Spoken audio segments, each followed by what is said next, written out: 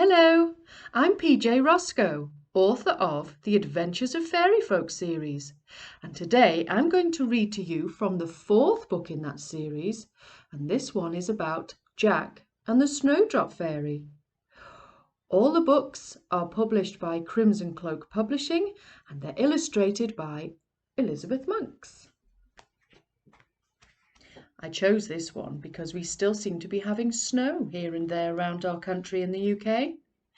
So sit back, relax, and enjoy the story. Jack and the Snowdrop Fairy. Jack loved the winter. Jack loved the snow. He couldn't wait to get outside to play, and sometimes he got so excited that he forgot to put on his coat and his gloves, and his mother would have to call him back inside, which made Jack frown and grumble. But secretly he was grateful for his coat and his gloves, because then he could play outside for longer.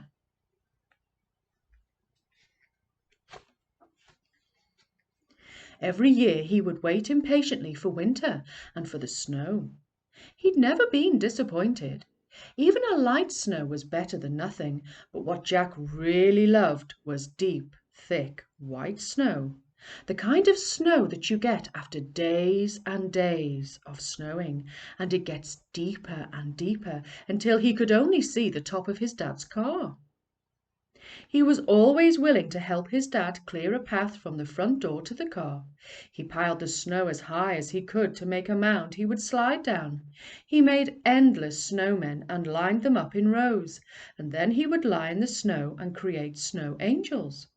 He'd build snow dens and have as many meals inside them as his mum would allow. He played for hours with his friends, having snowball fights and sledging races. He would jump into snow piles and roll around in it, getting absolutely soaked through. But then he would go home and have a hot cup of chocolate. Yes, I think it can definitely be said that Jack loved the snow.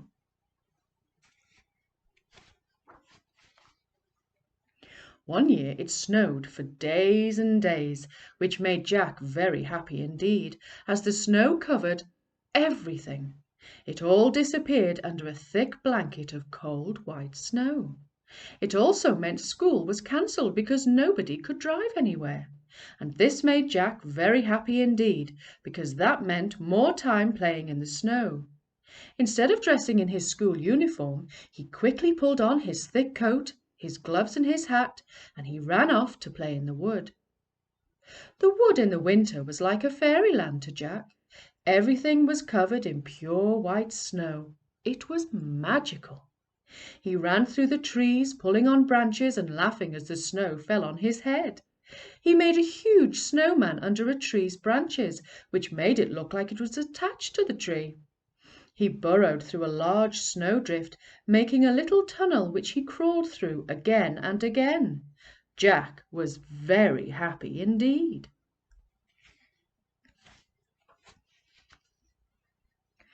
Jack decided he would bring a picnic to his winter wood, and he set off towards his home. He noticed a small area where the snow hadn't quite fallen as thickly as usual, and saw something on the ground. At first he thought it was snow, which had fallen in a strange way, but as he got closer he realized with a panic that it wasn't snow, it was a snowdrop. "That means winter is finishing," he said. Jack looked around to make sure he was alone before he bent down and quickly plucked the snowdrop out of the ground and put it in his pocket. "Now spring can't come," he said to himself.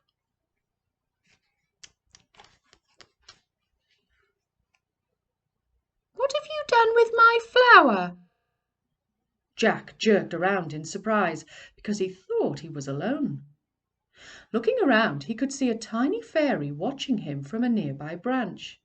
The fairy almost blended into the snow because she wore a white dress and a green hat.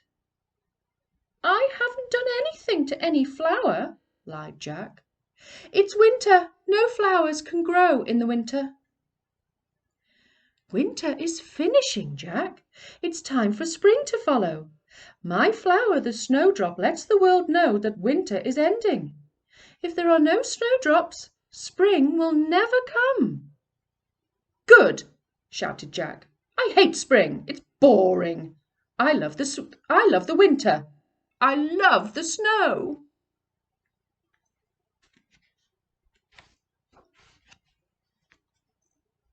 "Do you?" The fairy frowned. "If it stays cold, nothing will grow and everyone will go hungry." "I don't care." Jack stormed off. "I love the snow. It is fun and it can stay winter forever." The fairy watched him and thought for a moment.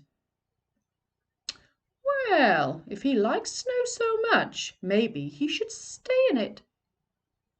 She waved her tiny wand and suddenly it began to snow again. The snow came down thick and fast. And at first Jack was very pleased, but then he realized that it was snowing so hard he couldn't see where he was going, and he became lost in the wood. Poor Jack couldn't find his way out of the wood, and his feet were getting very cold, and his hands were turning blue. He tried to blow on them to warm them up, but even his breath was too cold. He dug his hands deep into his pocket and felt the tiny snowdrop he had pulled up. He knew he had done something very naughty, but he wanted winter to stay. Didn't he?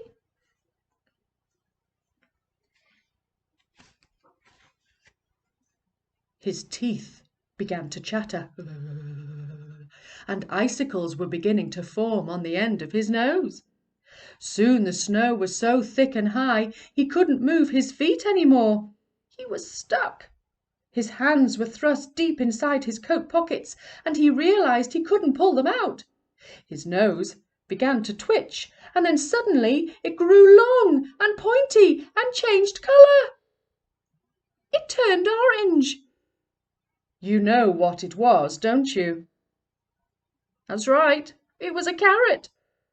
The woolen hat on his head changed into a black top hat, and his mouth became little black dots.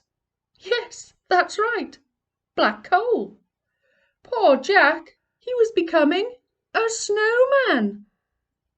Help! Help! Jack couldn't move his mouth any more, and help just came out as a squeak. But the fairy heard him and appeared. "Can I help you, Jack?" said the fairy, looking very cross. "Oh dear, it looks like you're turning into a snowman. You're going to get your wish after all, Jack. You love snow, now you are made of snow. Unless you can tell me where my snowdrop is." All Jack could do was move his eyes, because thankfully they hadn't changed into lumps of coal yet. He looked down towards where his pocket had been. The fairy shook her head. "Are you telling me that you plucked one of my flowers out of the ground?" Jack tried to nod, but of course he couldn't. A single tear rolled down his snowman face before it turned into an icicle.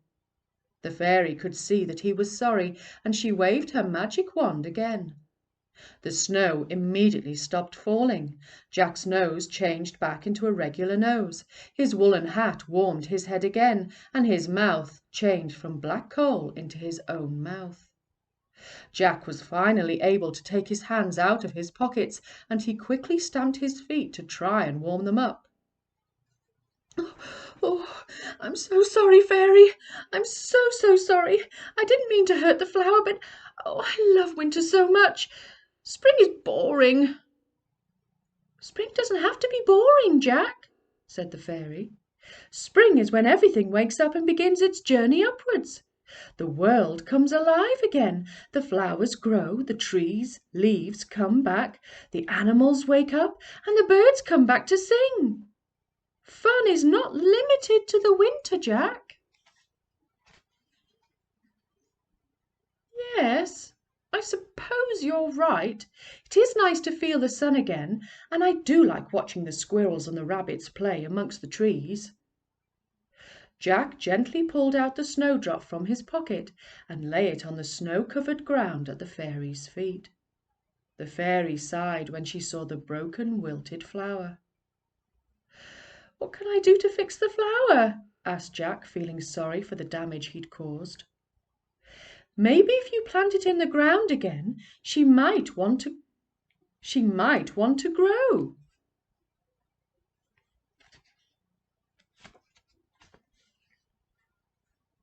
So Jack gently picked up the snowdrop, and with the fairy he took it back to where he had first seen it. Clearing the area of snow, he used a stick to make a hole.